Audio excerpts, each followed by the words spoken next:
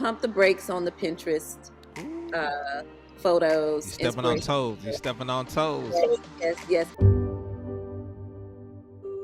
Ladies and gentlemen, welcome to another episode of the Let's Talk Wedding Show. I go by the name of Ross Cease, owner of Ceasefire Productions. But on today's show, we're going to be talking about what couples do not know about weddings and flowers. And we have the honor to have our guest, Jawana Oniee, on the show to kind of share her gold nuggets and all that great stuff that comes with weddings and flowers. But let me kind of share a little bit about her before we get started. Now, you're going to see me kind of look over here, but don't worry about that. But it is what it is. But Jawana is a floral designer from Greensboro. I was about to say G-Boro because I'm from the tri. Well, not from, but I lived in the tri area. But she's from Greensboro, North Carolina. She's the owner of Onieé's Engagements, which is a full-service floral design company that specializes in the production of glamorous modern weddings with luxe floral elements. She's also the owner of Onieé's Floral Boutique and Luxe Curators Design School. Now, I just want to give her a shout out because she launched her floral boutique. They did a ribbon cutting this past Saturday, January the 15th. I was about to mess up on the date, but it is what it is. We're going to keep going. But Jawana, also, one thing you don't know about her, she started her business 7 years ago after completing her PhD in education. You know we got to get into that. Ladies and gentlemen, help me welcome Jawana Oniee. She is in the building. Cyber clap for her. Yeah. Thank you for having me. It's an honor to be here. Nah, you are welcome. Nah, it's an honor to have you on the show and listen, like I said, this show is really to provide couples with true knowledge. Like they can go to the websites, and I'm not gonna mention the websites out of respect, but they can go to the websites and get, some wisdom that may not apply for them or maybe outdated. Why not get the information straight from the people who are doing it on a week-to-week basis? So thank you so much for joining us today. Yes, absolutely. I really, really appreciate it. I love what you're doing. I think it's really important for couples to, like you said, be able to hear the vendors speak, get the advice that they need to get ahead of, wedding day. So I'm really excited about being here. Thank you. Awesome. Nah, you're welcome. So share with the people that are watching how you got started. I'm going to ask you about this PhD in education. Like how did you get into florals in the first place and led you to just launching a boutique? Tell us your story. Yes, so it's not one of those, oh, I grew up always, designing flowers and I grew up loving flowers. I don't really have that story. I get asked that a lot, and it really boils down to I found a passion later in life and I've been running with it ever since. So I've always loved, design, fashion, putting things together, drawing, creativity, the arts, right? I loved that. I've always loved that. So when I decided to venture into the wedding industry, I came into the industry as a planner. Okay. So I started as a certified wedding planner. And while I was a wedding planner, I was also, as you mentioned, earning my PhD in education.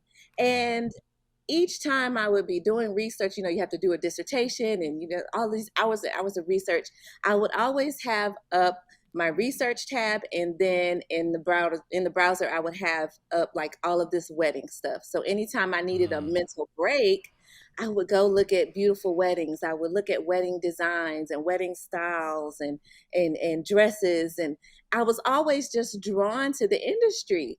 And so I decided, you know what, when I finish this dissertation, Lord willing, I am going to start my business and, do something in the wedding industry because I really felt drawn to it. And so when I started planning, one of my clients asked me to do her flowers. And I'm like, light bulb, I love this. I love the creativity. Flowers are, of course, beautiful.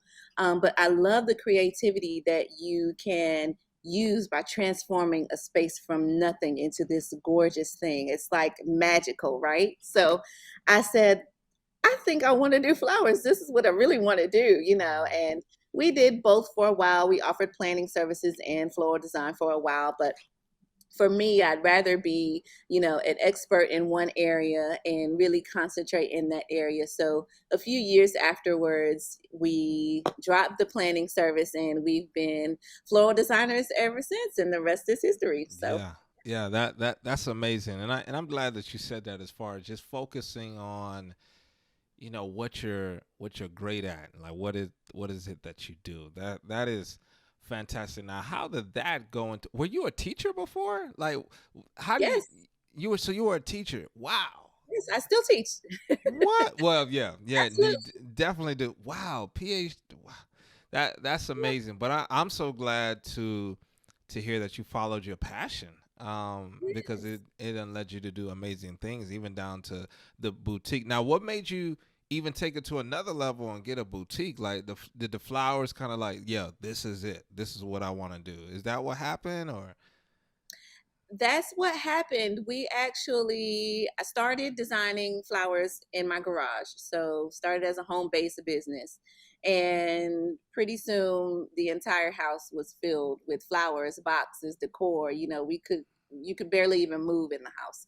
So that's when I decided, I think, we need some type of studio space just to design these flowers because, business was growing and the wedding orders were getting larger and larger, and of course I needed to add a team. So I decided to move into a very small studio space, and that studio space, we outgrew it, you know and so I needed a larger studio space, and the larger studio space that I found, it had so much potential.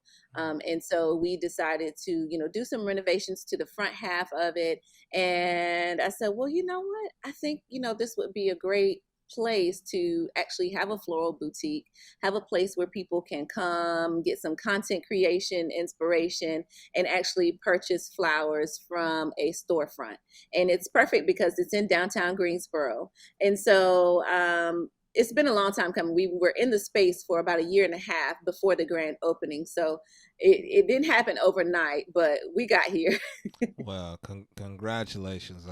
I saw how happy you look when you cut the ribbon. So Yes, kudos to you and your team for thank all the you. great work that you're doing. Well, Thank you. let's hop in there and kind of.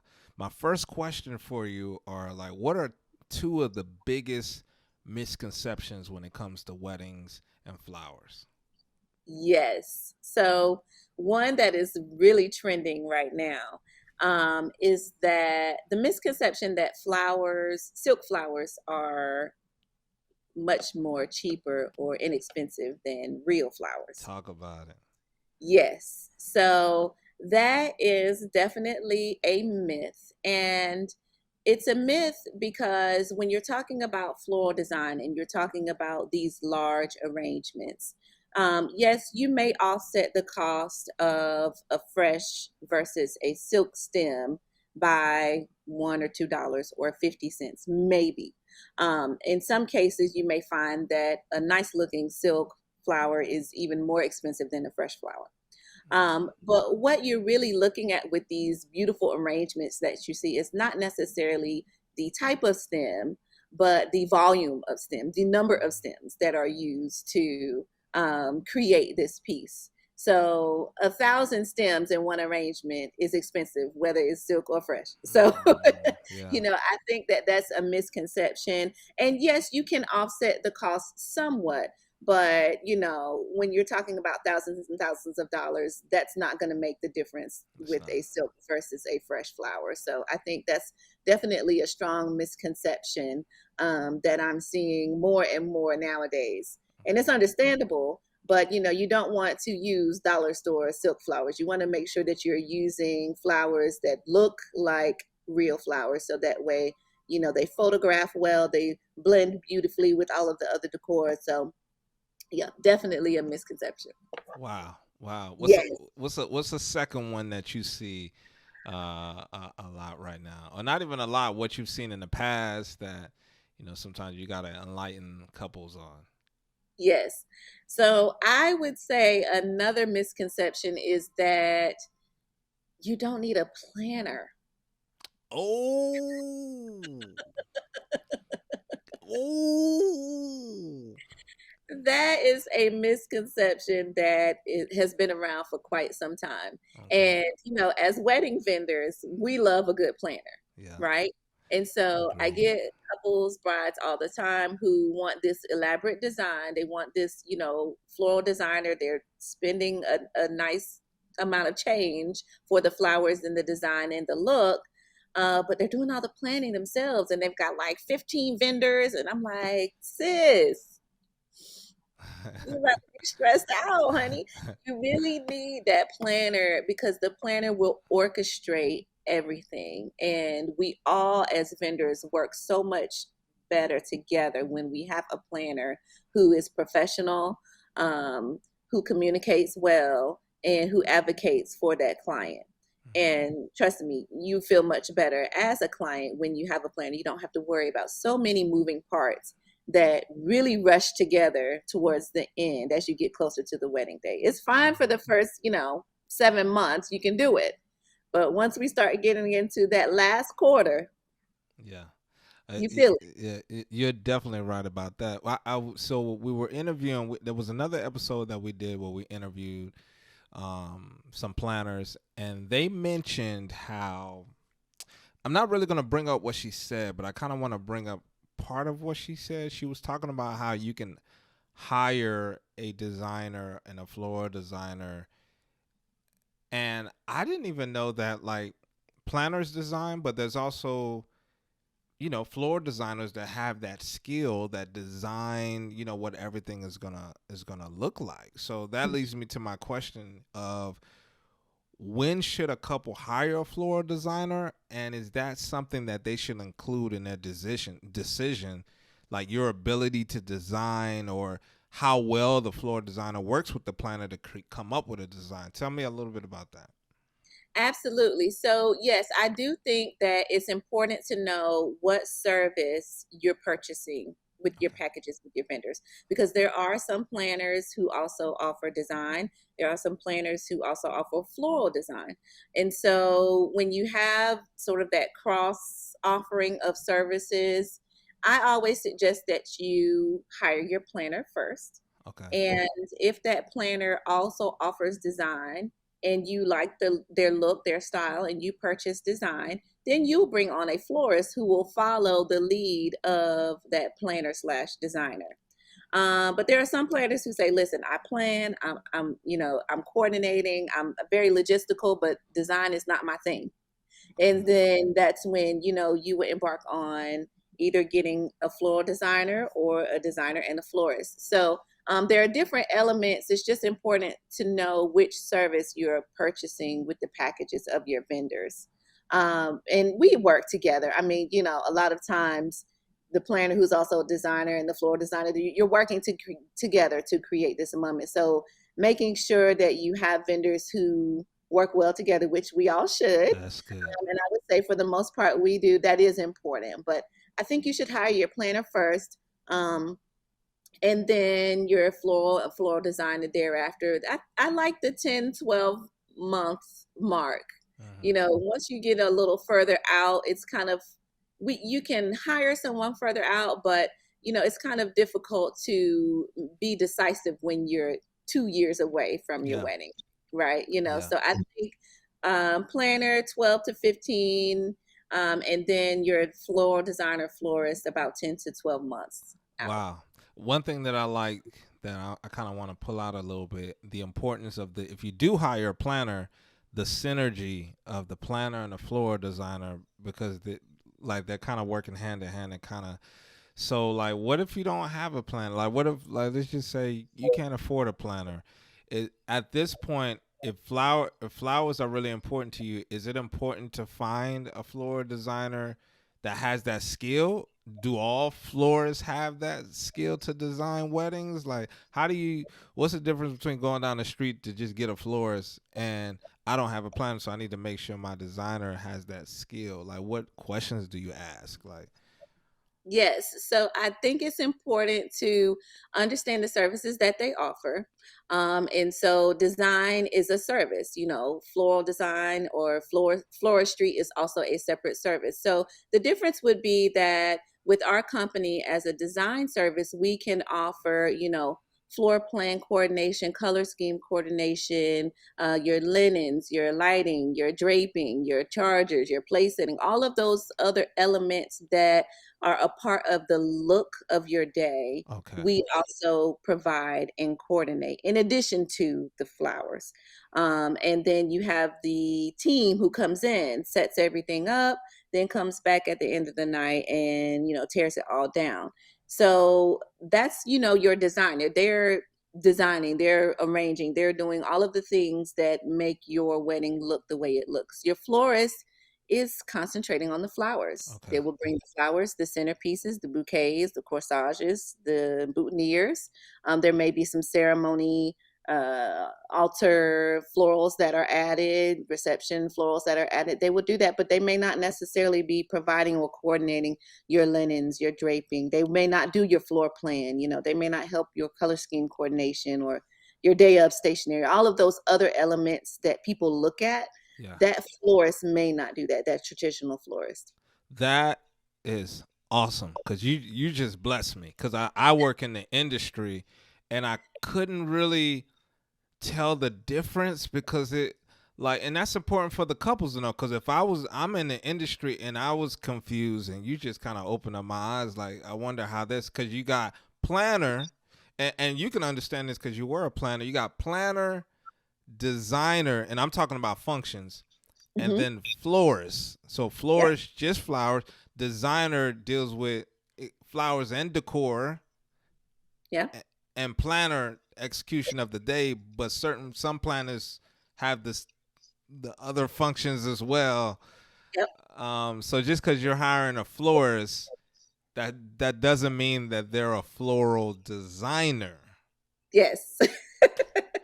Listen, please, listen. If you're watching this, please let me know if I'm not alone in this, because just so floral designer is flowers and decor and just everything. That's correct. Okay. And some people say, event designer. They Event handle. designer. Okay. But you will know when you talk to that vendor and they outline their services. It should be clear as to what you're getting in your package or in your service with that vendor. They should clearly state, here's what we offer. And then you'll be able to see because you want to make sure that all of your bases are covered, which brings me back to the planner starting point because Mhm. your planner will help coordinate all of that. Most of your planners know the industry, they know the industry vendors, and they know what services those vendors offer. So they're going to help you facilitate all of that. You don't want to get a florist and then purchase all of these rentals from a rental company, not have a planner, and then look at the florist to say, hey, you're going to set up all of these rentals that I've purchased. Well, your florist didn't charge you the labor for that, and your Oh, rental company didn't charge you setup labor for that, and you don't have a planner. So who's setting out all of these charges and glassware and flatware that you've gotten delivered from the rental company? So your planner helps weave all of that together for you. And we do as well for our clients who don't have a planner. We try to educate them as much as possible. And I think most vendors in this industry do a great job of educating clients, but know what services you're purchasing. That's the big thing. that was gold. I mean, that Yeah. was because that's happened to us as DJs. Yeah. There was a particular and fantastic client. This isn't me saying anything negative, but I guess they assumed because they got uplights from another vendor that we would set up Right. the uplights for them that they got from another vendor, and Right. that's not how it flows. Yes. And a lot of times the planners do help catch that, Hmm. and ask those questions. So, because I can only imagine all this stuff show. Cause pipe and drape, some of that stuff is heavy, depending on and y'all. I mean, I'll leave that alone. But Yeah. I really appreciate. All right, so talking about that, man, this is so good. But leads me to my third question. So, what are some elements that couples should consider? Flowers, seasons, what are some things you've had to educate your couples on? Like, nah, we can't do that because of this. Or, I want this type of flower. Mm-hmm. Like, what have you educated couples on that, they may have, had to swallow their pride or whatever? Mm-hmm. I would definitely say, and I'm sure you've heard this time and time again, is to, you know, pump the brakes on the Pinterest uh, Ooh, you photos, stepping on inspiration. toes. You stepping on toes. Yes, yes, yes. Now, what I will say is that Pinterest and Instagram, all of these other avenues are great for inspiration. But you really do have to be realistic about your design or floral design budget. Um, in relation to the inspiration that you love so much and your must haves, because every piece, when you look at that beautiful picture, this one beautiful table on Pinterest, count every item on that table, count the fork, count the candle in the glass, count the glass, count the stems. All of those things on that one table have a price point. And quite often, you may have one table in your inspiration board in Pinterest that costs $2,000 just for that one table. So everything has a price point. Everything has labor associated Yeah. with it. Weddings are labor intensive. They require a team to set up. It's terrible on the body and the back. I'm sure you know. And so, people have to be paid to do these kinds of things. And so some of the things that are on Pinterest that are so beautiful are costly, Yeah. are costly. Flowers have gone up. Flower costs have tripled, quadrupled even since COVID. So it's important to really start with a realistic budget of what I can spend versus what I want. That is excellent. That is excellent. Mhm. Joanna, thank you so much for being on Let's Talk Weddings and just grabbing your expertise. I really appreciate you. Congratulations on the boutique. Tell the people where they can find you if they want to ask questions or they want to, inquire about your services. Tell them about where they can find you. I'll make it easy. Everyone's on Instagram. Follow us on Instagram. DM me on Instagram at Onieé's Engagements. Also at Onieé's Floral Boutique. That's Oniees Engagements or Boutique. And you can find us there. Easy enough. There it is. Well, ladies and gentlemen, thank you so much for joining us on another episode of Let's Talk Weddings. I hope the Thank show provided value. Listen, if you you. if it provided value for you, I know it did for me, and I know there's some people out there that didn't know the difference between a planner, floor designer, florist, all that. So now that'll give you a more educated path when you're booking your vendors. But listen, write in the comments if you got any questions. If you're watching this on YouTube, write in the comments if you got any questions. If you're listening on Apple Podcast, Stitch, or whatever, leave us a comment. Let us know how valuable this episode was, and reach out to Jawana if you have any questions, or if you just want to stalk her and see what her company is doing. Go check her out. Her boutique is in Greensboro, so if you're in Greensboro, go by there. It's a beautiful, beautiful boutique for what I saw. Can't wait to go up in Greensboro and pay you a visit. You gotta come visit. There it is. So signing out, y'all. Thank y'all so much for watching another episode of Let's Talk Weddings.